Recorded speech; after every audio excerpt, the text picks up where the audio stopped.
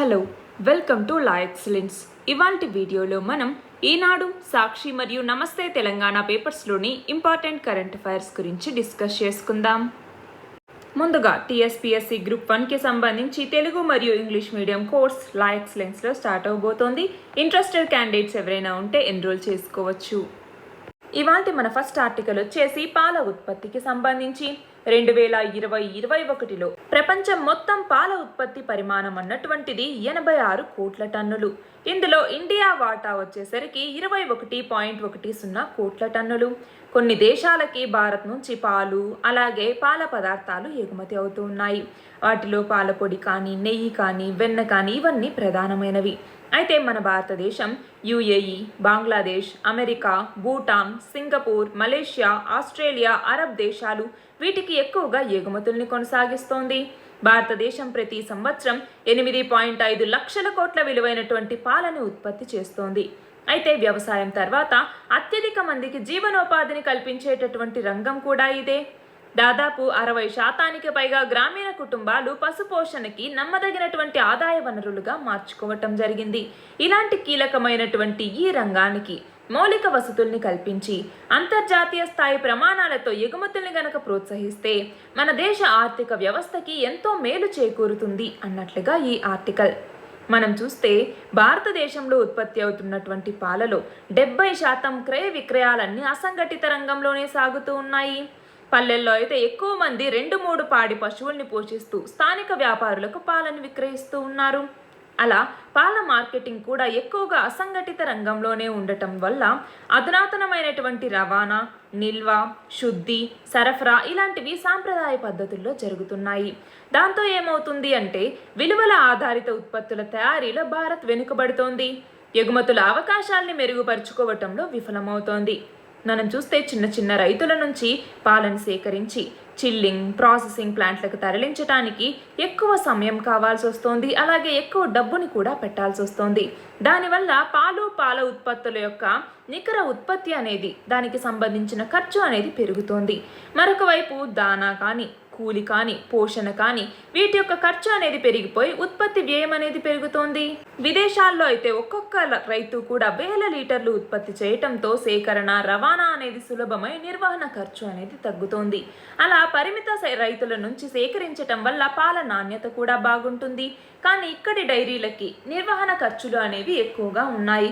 కానీ అక్కడి డైరీలకి నిర్వహణ ఖర్చులు అనేవి తక్కువగా ఉండటంతో అంతర్జాతీయ మార్కెట్లో వాళ్ళతో మనం పోటీ పడలేకపోతున్నాం. అంటే పాల ఉత్పత్తిలో మనం అగ్రశ్రేణిలో ఉన్నటువంటి ఇతర దేశాలతో పోలిస్తే భారత్లో ఉత్పత్తి ఖర్చు అనేది అధికం. కాబట్టి దాన్ని అధిగమించడానికి ఈ రంగంలో పెట్టుబడులు అనేవి రావాలి. అలాగే ప్రపంచంలో గేదె పాల ఉత్పత్తిలో మన భారతదేశానిది అగ్రస్థానం. గత 4 దశాబ్దాలుగా ఉత్పాదకతలో ఆశించినటువంటి మనము ఆ పురోగతి అనేది కనిపించట్లేదు. మనం చూస్తే వేసవిలో అధిక ఉష్ణోగ్రతలు, పొడి వాతావరణం, అలాగే పశుగ్రాసం అనేది సరిగ్గా లేకపోవటం వీటి కారణంగా పాల ఉత్పాదకత అనేది తగ్గుతోంది. అలాగే పశుగ్రాస సాగుని ప్రోత్సహించే పథకాలు అనేవి భారతదేశంలో భారత ప్రభుత్వం తీసుకురావాలి. దేశీయంగా మేలుజాతి పశువుల్ని గుర్తించి స్థానిక జాతులతో సంయోగం చేసి అధిక పాల దిగుబడిని ఇచ్చే పశువుల్ని స్థానిక వాతావరణ పరిస్థితులకు అనుగుణంగా అభివృద్ధి చేయాలి. అలాగే పశువుల మేతగా పంట అవశేషాలు మాత్రమే కాకుండా ప్రత్యామ్నాయంగా మేలైనటువంటి దానా అందించేలాగా చూడాల్సిన అవసరం ఉంది. అలాగే సేకరణ, చిల్లింగ్ కేంద్రాల్ని ఉత్పత్తి ప్రాంతాలకు దగ్గరగా ఏర్పాటు చేసి పాల నాణ్యతని కాపాడాలి. అలాగే పశు వైద్య, విద్య, శిక్షణ వ్యవస్థ వీటన్నింటినీ కూడా విస్తరించాలి. డైరీ సైన్స్, సాంప్రదాయ శిక్షణ నుంచి డైరీ టెక్నాలజీలో నూతన విధానాల్ని అందిపుచ్చుకోవాల్సిన అవసరం ఉంది. పాల ఉత్పత్తుల్లో నూతన పదార్థాలని తీసుకురావటం వల్ల విక్రయాలు అనేవి పెరుగుతాయి. శుద్ధి చేసినటువంటి నెయ్యి, అలాగే పెరుగు, వెన్న ఇలాంటి వాటిని వివిధ రూపాల్లో తీసుకురావాలి. వాటి వల్ల ప్రజలకి పౌష్టికాహారం కూడా అందుతుంది. ఆధునిక సాంకేతిక పరిజ్ఞానం, భారీ పెట్టుబడులు, నూతన పదార్థాల పరిచయం వీటితో వినియోగదారుల్ని పెంచటం మీద దృష్టి సారించాల్సినటువంటి అవసరం ఉంది అన్నట్లుగా ఈ ఆర్టికల్. క్వశ్చన్ చూడండి, ప్రపంచ పాల ఉత్పత్తిలో భారతదేశం ఎన్నవ స్థానంలో ఉంది? 1వ స్థానంలో ఉంది. మన నెక్స్ట్ ఆర్టికల్ వచ్చేసి సహ్యాద్రికి సంబంధించి మన భారతదేశంలో పశ్చిమ కనుమలకి సంబంధించి పశ్చిమ కనుమల విస్తీర్ణంలో కర్ణాటకది ఎక్కువ భాగం అనేది ఉంది. అయితే ఈ పశ్చిమ కనుమల విధ్వంసంలో కూడా కర్ణాటక అనేది మొదటి స్థానంలో ఉంది. రెండు తెలుగు రాష్ట్రాలకి నదులు ఎక్కడి నుంచి అంటే గోదావరి, కృష్ణ కానీ అలాగే కావేరి కానీ, పెరియార్, తామ్రపర్ణి, నేత్రావతి ఇలాంటి నదులన్నీ కూడా పశ్చిమ కనుమల్లోనే ఉద్భవిస్తాయి. మన భారతదేశంలో 1/4 వంతు వర్షపాతానికి పశ్చిమ కనుమల్లో ఉన్నటువంటి పచ్చదనమే కారణం. అలాగే సుమారు 5,000 వృక్ష జాతులు ఇక్కడ విస్తరించి ఉన్నాయి. పశ్చిమ కనుమల్లో కనిపించేటటువంటి జీవ వైవిధ్యం చాలా ప్రత్యేకమైంది. అయితే ఈ పశ్చిమ కనుమలు రోజు రోజుకి తరిగిపోతూ ఉన్నాయి. దాంతో జీవ వైవిధ్యం అనేది ప్రమాదంలో పడుతోంది. పశ్చిమ కనుమల యొక్క విధ్వంసం బ్రిటిష్ కాలంలో ప్రారంభమైంది. టీ, కాఫీ, రబ్బర్ పంటల సాగుకి పెద్ద ఎత్తున అడవుల విధ్వంసం అనేది జరిగింది. అలాగే గనుల కోసం పశ్చిమ కనుమల్ని తవ్వటం జరిగింది. స్వాతంత్రం తర్వాత కూడా ఈ విధ్వంసం అనేది అలా కొనసాగింది. థర్మల్, జల విద్యుత్ కేంద్రాల ఏర్పాట్లు, రోడ్లు, రైల్వే లైన్ల నిర్మాణం, సహజ వనరుల విధ్వంసాలు వీటితో పశ్చిమ కనుమల యొక్క పర్యావరణ వ్యవస్థలనేవి దెబ్బతింటున్నాయి. కొన్నేళ్లుగా ఈ విధ్వంసం అనేది తారాస్థాయికి చేరిపోయింది. పశ్చిమ కనుమల్లో పరిస్థితులు నానాటికి దిగజారిపోతున్నాయి అన్నట్టుగా 2019 కేరళ వరదల సమయంలో ప్రముఖ పర్యావరణ శాస్త్రవేత్త అయినటువంటి మాధవ్ గాడ్గిల్ వ్యాఖ్యానించటం జరిగింది. మనం చూస్తే ఈయన నేతృత్వంలోనే పశ్చిమ కనుమల పర్యావరణ నిపుణుల బృందం రూపొందించినటువంటి నివేదిక 2011లోనే సహ్యాద్రి శ్రేణుల యొక్క పరిరక్షణకి కొన్ని సూచనలు చేయటం జరిగింది. నిర్దేశిత ప్రాంతాల్లో ఖనిజాల తవ్వకాలు కానీ, నూతన ఆర్థిక మండల ఏర్పాటు కానీ, థర్మల్ విద్యుత్ కేంద్రాల నిర్మాణం కానీ, అటవీ భూముల్ని అభివృద్ధి కార్యక్రమాలకి బదిలీ చేయటం కానీ ఇలాంటివన్నీ పూర్తిగా మానేయాలి అన్నట్టుగా ఈ నివేదిక సూచించింది. అయితే పూర్తిగా పర్యావరణం మీదే దృష్టి సారించింది అన్నట్టుగా ఈ నివేదికని రాష్ట్ర ప్రభుత్వాలు తిరస్కరించాయి. దాని తర్వాత మళ్ళీ కేంద్రం 2012లో కస్తూరి రంగన్ కమిటీని ఏర్పాటు చేయటం జరిగింది. ఈ కమిటీ ఏం చెప్పింది అంటే ఈ పశ్చిమ కనుమల్లో 37% భూభాగాన్ని పర్యావరణ పరంగా సున్నిత ప్రాంతంగా గుర్తించాలి అన్నట్టుగా ఈ కమిటీ సిఫార్సు చేసింది. అలాగే గనుల తవ్వకాల్ని కూడా నిషేధించాలి అన్నట్టుగా చెప్పింది. అయితే దీనికి సంబంధించి పర్యావరణ పరిరక్షణ చట్టం 1986 కింద దాదాపు 56,825 చదరపు కిలోమీటర్ల విస్తీర్ణంలో పశ్చిమ కనుమల్ని సున్నిత ప్రాంతంగా గుర్తిస్తూ ఒక ముసాయిదా ప్రకటనని కేంద్రం విడుదల చేసింది. అయితే కరోనా కారణంగా కొత్త నిబంధనల్ని నోటిఫై చేయటానికి ఈ ఏడాది జూన్ 30 దాకా గడువుని పొడిగించటం జరిగింది. అయితే గత ఏడాది డిసెంబర్లో కర్ణాటక ముఖ్యమంత్రి అయినటువంటి బసవరాజ బొమ్మాయి కస్తూరి రంగన్ కమిటీ నివేదిక అమలుని నిరాకరించారు. ఈ సిఫార్సుని గనక అమలు చేస్తే సహ్యాద్రి శ్రేణుల్లో నివసించేటటువంటి స్థానికుల యొక్క మనుగడకి ముప్పు వాటిల్లుతుంది అన్నట్టుగా ఆయన చెప్తూ ఉన్నారు. అంటే గనుల తవ్వకాల కోసమే కమిటీ సిఫార్సులని కేరళ, కర్ణాటక ప్రభుత్వాలు నిరాకరిస్తున్నాయి అనేటటువంటి ఆరోపణలు ఉన్నాయి. మరొక వైపు మానవ కార్యకలాపాలతో వాతావరణంలో సంభవిస్తున్నటువంటి మార్పులు ప్రకృతి విపత్తులకు కారణమవుతూ ఉన్నాయి. విపత్తుల తర్వాత పర్యావరణ వ్యవస్థల పునరుద్ధరణ కోసం చేసే ఖర్చుతో పోలిస్తే ఈ పరిరక్షణ అనేది తక్కువ వ్యయంతో వివేకవంతమైనదిగా ఉంటుంది అన్నట్టుగా బెంగళూరులో ఉన్నటువంటి పర్యావరణ శాస్త్రాల కేంద్రం అన్నటువంటిది స్పష్టం చేసింది. క్వశ్చన్ చూడండి, 2012లో ఏర్పాటు చేసిన కస్తూరి రంగన్ కమిటీ పశ్చిమ కనుమల్లో ఎంత భాగం భూభాగాన్ని పర్యావరణ పరంగా సున్నిత ప్రాంతంగా గుర్తించాలని సిఫార్సు చేసింది? ఎంత శాతం భూభాగాన్ని? 37%. మన నెక్స్ట్ ఆర్టికల్ వచ్చేసి చైనా మరియు భారతదేశానికి సంబంధించి 2 పుస్తకాల గురించి ఇక్కడ వివరించారు. ఒకటి India versus China, why they are not friends అన్నటువంటి ఒక పుస్తకం. ఇది రాసింది ఎవరు అంటే కాంతి వాజ్పేయి. ఇక రెండవది వచ్చేసరికి శ్యామ్ చరణ్ రాసినటువంటి how China sees India, the authoritative account of the India China relationship అన్నటువంటి ఈ 2 పుస్తకాలకి సంబంధించి చైనా సవాళ్ళని మనం ఎదుర్కోవాలంటే ఎలా ఉంది, అలాగే రాజ్యాంగానికి సంబంధించి అంటే ఇక్కడ ఏంటి అంటే ప్రస్తుతం నరేంద్ర మోదీ పరిపాలనలో భారత్ ప్రస్తుత గమనం గురించి ఇక్కడ చెప్పారు. సంకుచిత జాతీయవాద పెరుగుదల కానీ, మతపరమైనటువంటి అసమ్మతిని అసహనాన్ని దూకుడుగా అమలు చేయటం కానీ, భారత్ని విశిష్టమైనదిగా మార్చేటటువంటి ఆస్తుల్ని అమ్మేయటం కానీ, ఇలాంటి చర్యలు మానుకుని మన భారత రాజ్యాంగంలో పొందుపరిచినటువంటి విలువలకి నిబద్ధత పాటించడం ద్వారా చైనా సవాల్ని ఎదుర్కోవటానికి భారత్కి మెరుగైన అవకాశం ఉంటుంది అన్నట్టుగా ఇందులో చెప్పటం జరిగింది ఒక పుస్తకంలో.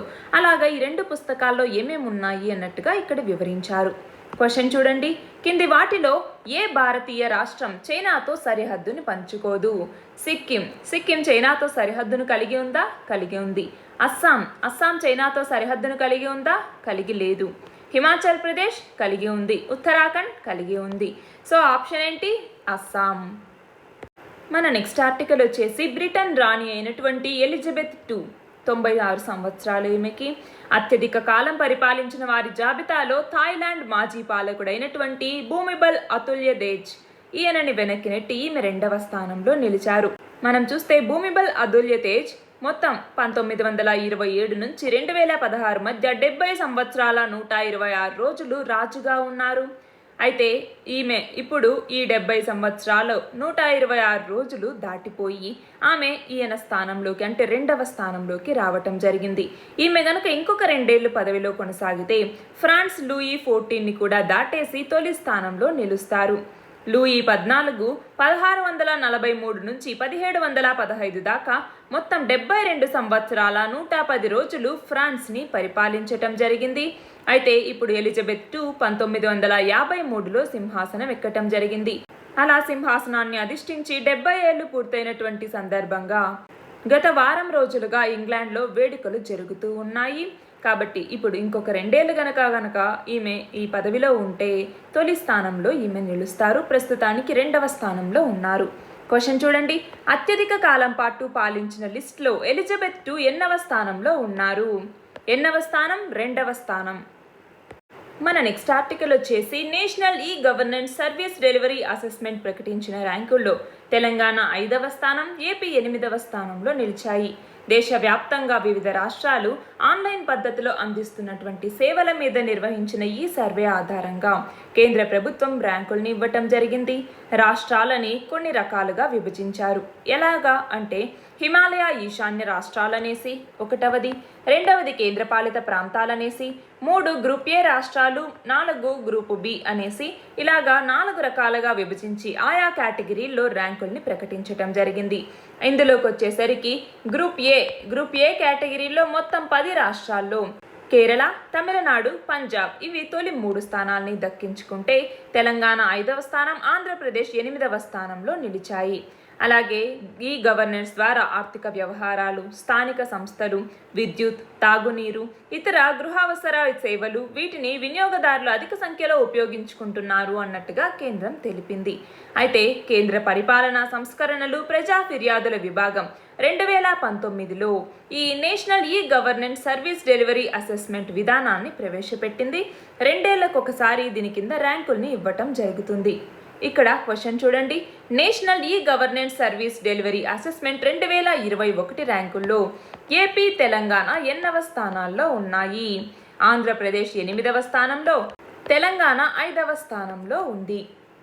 మన నెక్స్ట్ ఆర్టికల్ వచ్చేసి బెంగళూరుకి చెందినటువంటి ప్రసిద్ధ పారిశ్రామిక సంస్థ అయినటువంటి రాజేష్ ఎక్స్పోర్ట్స్ దీనికి అనుబంధమైనటువంటి ఎలెస్ట్ అనే కంపెనీ భారతదేశంలోనే అతిపెద్దదైనటువంటి అమోలెడ్ డిస్ప్లే ఫ్యాబ్ తయారీ పరిశ్రమని తెలంగాణలోని దుండిగల్ పారిశ్రామిక పార్క్లో నెలకొల్పబోతోంది.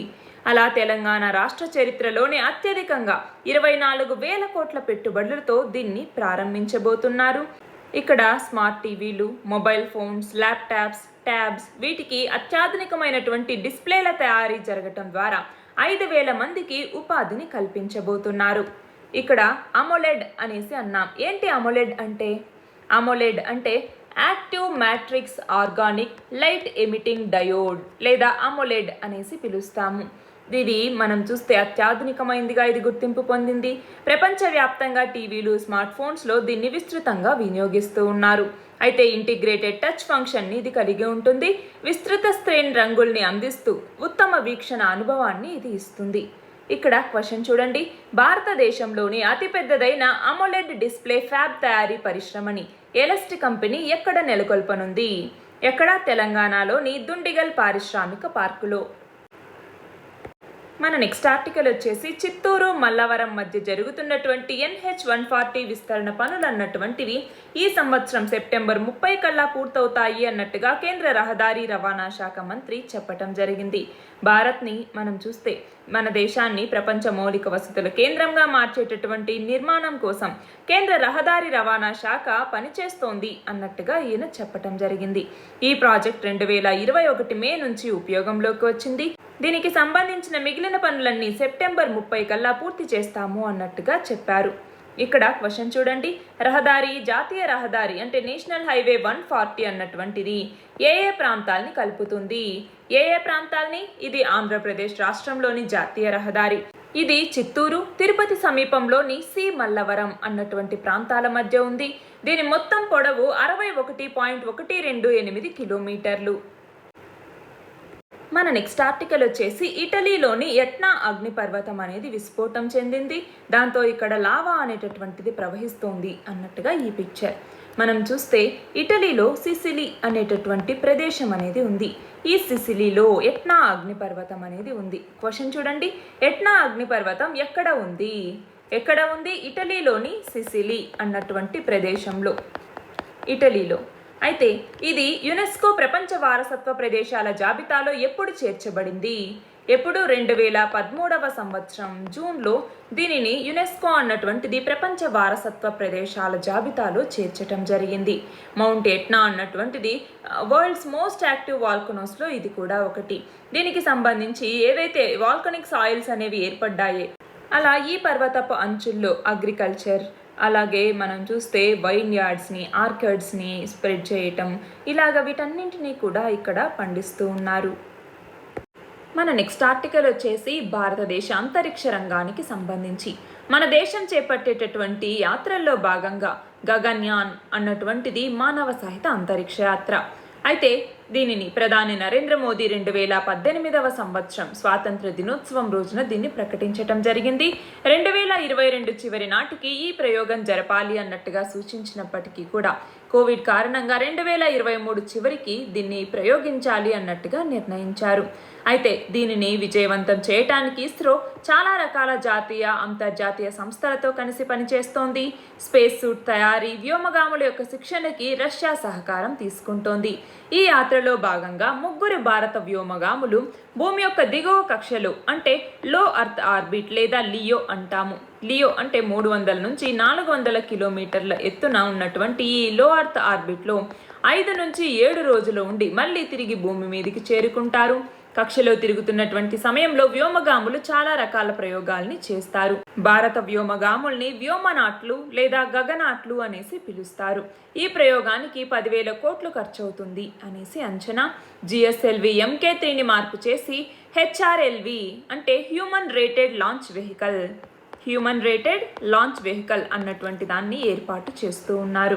ఈ ప్రయోగంలో పాల్గొనేటటువంటి వ్యోమగాముల్ని ఇస్రో, భారత వాయుసేన ఇవి రెండూ కలిసి వివిధ పరీక్షలు నిర్వహించి ఎంపిక చేయటం జరిగింది. అయితే గగన్యాన్లో భాగస్వాములైనటువంటి సంస్థలు ఏమేంటి అంటే DRDO అన్నటువంటిది, DRDO, అలాగే CSIR ల్యాబ్స్ అన్నటువంటివి, అలాగే భారత వాతావరణ పరిశోధన సంస్థ అన్నటువంటిది, అలాగే national institute of ocean technology అన్నటువంటిది, అలాగే నేషనల్ ఇన్స్టిట్యూట్ ఆఫ్ ఓషనోగ్రఫీ అన్నటువంటిది, అలాగే ఇంకా ఏమేం సంస్థలు ఇందులో పాల్గొన్నాయి? భారత నౌకాదళం, మన యొక్క నేవీ అన్నటువంటిది, ఇండియన్ కోస్ట్ గార్డ్ అన్నటువంటిది, అలాగే షిప్పింగ్ కార్పొరేషన్ ఆఫ్ ఇండియా అన్నటువంటిది, ఇవన్నీ కూడా ఇందులో పాల్గొంటున్నాయి. ఈ ప్రయోగానికి అవసరమైనటువంటి సాంకేతికత ఏదైతే ఉంటుందో అది ఏంటి అంటే వ్యోమగాములను తీసుకెళ్లడానికి ఒక వాహక నౌక అనేది ఉండాలి. అలాగే ప్రమాదం జరిగినప్పుడు వ్యోమగాములు బయటపడే వ్యవస్థ అనేది ఉండాలి. వ్యోమగాములు ఉండటానికి గది ఉండాలి, వాళ్ళకి స్పేస్ సూట్లు ఉండాలి, లైఫ్ సపోర్ట్ సిస్టమ్ అనేది ఉండాలి, వ్యోమగాముల ఎంపిక, శిక్షణ అనేది చేయాలి, వ్యోమగాముల్ని మళ్ళీ క్షేమంగా భూమి మీదకి తీసుకొచ్చేటటువంటి సాంకేతికత అనేది ఉండాలి. వీటి కోసం ISRO crew module atmospheric re entry experiment care అన్నటువంటి దాన్ని నిర్వహించింది కూడా.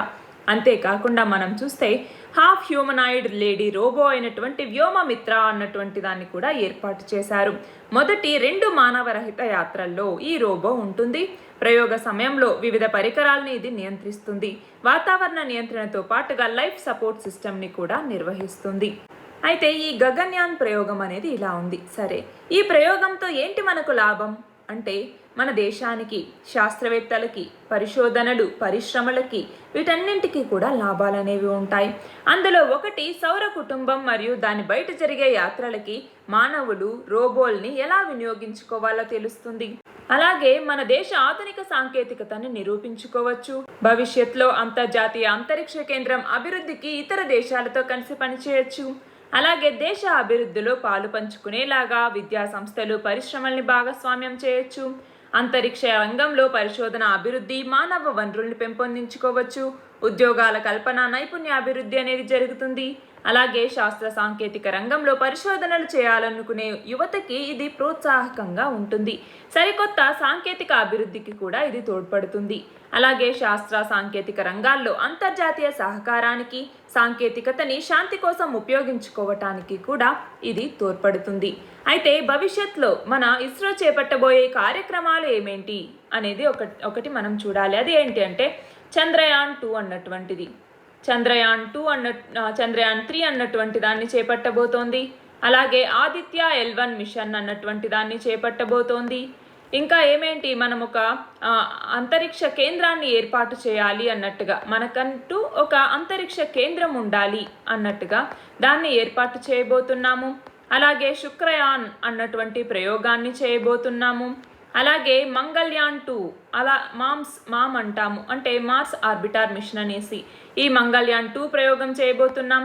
అలాగే నిసార్ అంటే NASA ISRO synthetic aperture radar అంటాము. ఇది ఇస్రో నాసాల యొక్క సంయుక్త ఉపగ్రహం. దీని సహాయంతో భూమి మీద సంభవించే ఆవరణ వ్యవస్థలోని మార్పులు, మంచు ఫలికలు నశించటం ఇలాంటివి గమనిస్తారు. అలాగే క్రయోజెనిక్ ఇంజన్ టెక్నాలజీ అన్నటువంటి దాన్ని కూడా మనము దీనికి సంబంధించి ప్రయోగాలు అనేవి చేస్తూ ఉన్నాము. అంటే క్రయోజెనిక్స్ని ఉపయోగించుకునే వాహక నౌకల యొక్క చివరి దశలో ఉండే ఇంజిన్ని క్రయోజెనిక్ ఇంజన్ లేదా క్రయోజెనిక్ దశ అని పిలుస్తారు. ఈ క్రయోజెనిక్ ఇంజన్ని ఇస్రో GSLV 3వ దశలో ఉపయోగిస్తుంది. అలాగా మనం ఈ క్రయోజెనిక్ ఇంజన్ టెక్నాలజీని కూడా ఇందులో వాడుతున్నాము గగన్యాన్కి సంబంధించి. మన లాస్ట్ ఆర్టికల్ వచ్చేసి తెలంగాణ సామాజిక సాంస్కృతిక చరిత్రకి సంబంధించి. ఇందులో భాగంగా శతాబ్దాలుగా తెలంగాణలో అభివృద్ధి చెందినటువంటి మిశ్రమ సంస్కృతిలో బోనాలు, శీత్లా పండుగ, తీజ్ పండుగ, నవరాత్రులు, బతుకమ్మ, సమ్మక్క సారక్క, పెద్దగట్టు, ఏడుపాయల జాతర ఇలాంటి చాలా వేడుకలు అనేవి జరుగుతూ ఉన్నాయి. ఇవి కాకుండా ఇంకొన్ని ముఖ్యమైనటువంటి జాతరలు, ఉత్సవాల్ని తెలంగాణ రాష్ట్రంలో నిర్వహిస్తారు. వాటికి సంబంధించిందే ఈ ఆర్టికల్. అవి ఏవి అంటే, ఒకటి కొండగట్టు జాతర అన్నటువంటిది. కొండగట్టు ఆంజనేయ స్వామి దేవాలయం ప్రస్తుతం జగిత్యాల జిల్లా కేంద్రానికి 35 కిలోమీటర్ల దూరంలో ఉంది. ఈ ఆలయాన్ని 160 ఏళ్ల కిందట కృష్ణారావు అనేటటువంటి వ్యక్తి నిర్మించారు. అయితే దీన్ని 300 సంవత్సరాలకి ముందే సింగం సంజీవుడు అనేటటువంటి గోవుల కాపరి కట్టించాడు అన్నట్టుగా స్థానికులు నమ్ముతూ ఉంటారు. అక్కడ జరిగేటటువంటి జాతరని కొండగట్టు జాతర అని పిలుస్తారు. అలాగే నాగోబా జాతర అన్నటువంటిది. నాగోబా జాతర ఏంటి అంటే, ఇది దేశంలోని 2వ అతిపెద్ద గిరిజన జాతరగా పేరు పొందింది. ఆదిలాబాద్ జిల్లా ఇంద్రవెల్లి మండలం కేస్లాపూర్లో ఇది జరుగుతుంది. ప్రతి సంవత్సరం పుష్య బాహుళ అమావాస్య రోజు నుంచి 10 రోజుల పాటు దీనిని నిర్వహిస్తారు. అలాగే సలేశ్వరం జాతర అన్నటువంటిది. ఇది ఎక్కడ ఉంది అంటే, ప్రస్తుతం నాగర్ కర్నూలు జిల్లా అచ్చంపేట మండలంలో నల్లమల అడవుల్లో సలేశ్వర తీర్థం అనేది ఉంది. అక్కడి ప్రధాన దైవం లింగమయ్య అంటే శివుడు. ఇక్కడి జాతరకి స్థానిక చెంచులు పూజారులుగా వ్యవహరిస్తారు. అలాగే కొమురవెల్లి జాతర అన్నటువంటిది. కొమురవెల్లి ఎక్కడ ఉంది? సిద్దిపేట జిల్లా చేర్యాల మండలంలో ఉంది. ఈ కొమురవెల్లి గ్రామంలో మల్లికార్జున స్వామి దేవాలయం అనేది ఉంది. యాదవ కులస్థుడైనటువంటి కొమురన్న తపస్సు ఫలితంగా మల్లికార్జున స్వామి పుట్టలో వెలిశాడు అన్నట్టుగా అక్కడి భక్తులు నమ్ముతారు. నెక్స్ట్ వచ్చేసి కోటంచ జాతర అన్నటువంటిది. జయశంకర్ భూపాలపల్లి జిల్లా భూపాలపల్లి నియోజకవర్గంలోని రేగొండ మండలంలో కోటంచ లేదా కోడవంటంచ గ్రామంలో లక్ష్మీ నరసింహస్వామి దేవాలయం అనేది ప్రసిద్ధి చెందింది. అలాగే ఇక్కడ రామప్ప జాతర అన్నటువంటిది. ప్రస్తుతం ఉన్నటువంటి ములుగు జిల్లా పాలంపేట గ్రామంలో రామలింగేశ్వర స్వామి దేవాలయం అంటే రామప్ప ఆలయం అనేది ఉంది. ఈ ఆలయంలో ప్రతి సంవత్సరం శివరాత్రి నుంచి 3 రోజుల జాతర అనేది జరుగుతుంది. అలాగే బెజ్జంకి జాతర ప్రస్తుతం సిద్దిపేట జిల్లాలోని బెజ్జంకి మండల కేంద్రంలో లక్ష్మీ నరసింహస్వామి దేవాలయం అనేది ఉంది. ఇక్కడ ప్రతి సంవత్సరం చైత్ర శుద్ధ సప్తమి నుంచి పౌర్ణమి వరకు కూడా ఇక్కడ బ్రహ్మోత్సవాల్ని నిర్వహిస్తారు.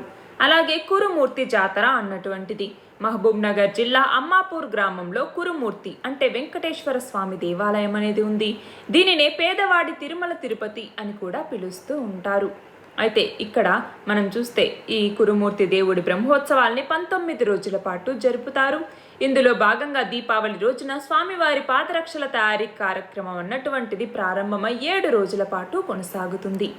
ఇక సూఫీ మతస్థులకి సంబంధించి సూఫీ గురువుల ఆరాధన అనేది కూడా జరుగుతుంది.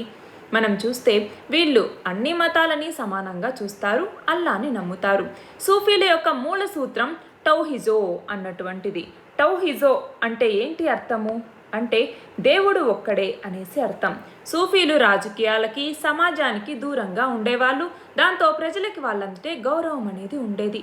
అయితే మనం చూస్తే గోల్కొండ రాజ్యానికి చాలామంది సూఫీ మత గురువులు వచ్చేవాళ్ళు. ప్రజలు మతాలకి అతీతంగా వాళ్ళని ఆరాధించటం జరిగేది.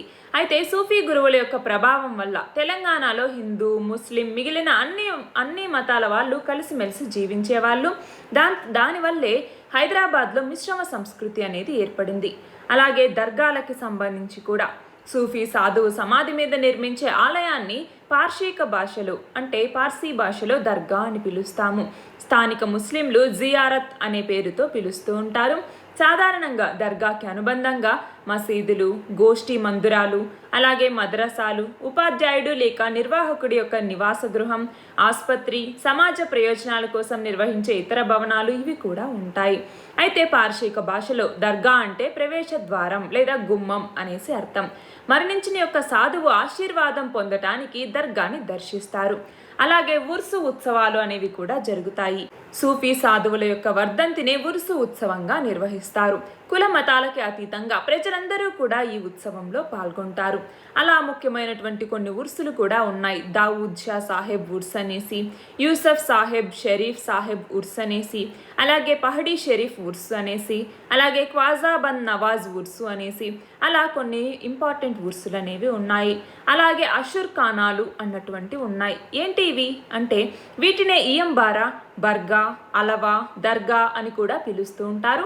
అషుర్ ఖానా అనేది ఇమాం హుస్సేన్ ధరించినటువంటి జెండాల సాంప్రదాయపు నకళ్ళని భద్రపరిచేటటువంటి ఒక ఆలయం. ఖలీఫా బంధువే ఇమాం హుస్సేన్. అయితే కర్బలా మైదానంలో శత్రువులతో పోరాడి ఇమాం మరణించారు. ఆయన యొక్క బలిదానం ప్రజల మీద ప్రభావం చూపుతోందని నమ్ముతారు. ఇక లింగంపల్లి జాతర అన్నటువంటిది ఇది ఏంటి అంటే కోహా మౌలాలి ఉర్సు ముగిసిన తర్వాత సాయంత్రం నుంచి ప్రజలందరూ హైదరాబాద్లోని లింగంపల్లి జాతరకి వెళ్తారు. ఆ జాతర అర్ధరాత్రి వరకు సాగుతుంది. అందులో చాలా రకాల వినోద కార్యక్రమాలు అనేవి ఉంటాయి. అయితే అసఫ్ జాహీ 6వ పాలకుడైనటువంటి మహబూబ్ అలీ ఖాన్ ఈ జాతరకి వచ్చేవారు. అలాగే మనం చూస్తే మొహర్రం పండుగ కూడా ఇస్లాం పంచాంగంలో మొదటి నెల అనేది మొహరం. యుద్ధాన్ని పరిహరించాల్సిన 4 పవిత్ర మాసాల్లో ఈ మొహరం కూడా ఒకటి. రంజాన్ తర్వాత ముస్లింలకి ఇదే పవిత్ర మాసం. మొహరం అనేది హారాం అంటే నిషిద్ధం అనేసి అర్థం. నిషిద్ధం అనే పదం నుంచి వచ్చింది. మొహరంని యోమి ఏ అఘరా అని షియా ముస్లింలు పిలుస్తారు. దీనిని 10 రోజులు ఆచరిస్తారు. మొహరం రోజు చంద్రుడిని చూసిన తర్వాత ఆలం ఏర్పాటు చేయటం జరుగుతుంది. ఈ పండుగ సమయంలో షియా ముస్లింలు నల్లటి వస్త్రాలు, ఇతరులు ఆకుపచ్చటి వస్త్రాలు ధరిస్తారు. ఇవి తెలంగాణలో జరిగేటటువంటి ప్రధాన జాతరలు మరియు ఉత్సవాలకి సంబంధించి. ఇక్కడ ఇండియన్ పాలిటీకి సంబంధించి కొన్ని క్వశ్చన్స్ ఇవ్వటం జరిగింది. 1వది చూడండి, కింద పేర్కొన్న అంశాల్లో సరైనది ఏది అనేసి. మన దేశం శాసన నిర్మాణ ప్రక్రియని బ్రిటన్ నుంచి గ్రహించింది. అవునా? అవును. చట్టం చేయటానికి ఉద్దేశించిన ముసాయిదా ప్రతిని బిల్లు అంటారు. అవునా? అవును.